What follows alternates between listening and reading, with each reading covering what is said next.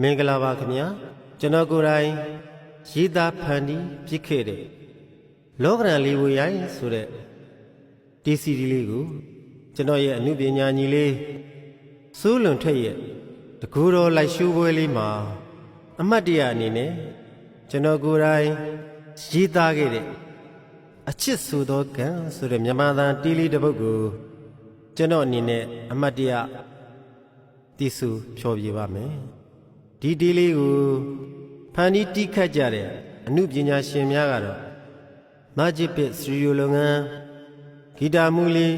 ကျော်စင်ထက်ရဲ့တီးဂီတာဘန်းအဖွဲ့မှာတီးခတ်ပေးကြမှာဖြစ်ပါတယ်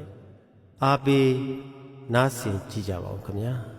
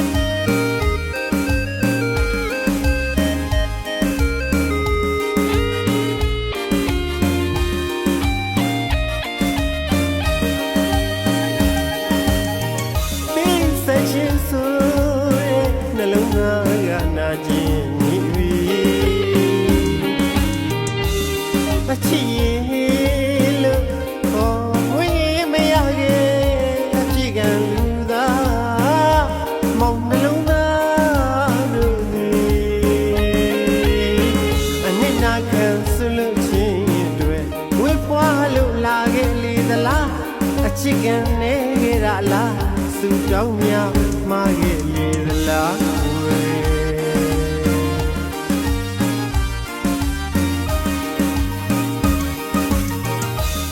ရှိတော်လဲမပြေ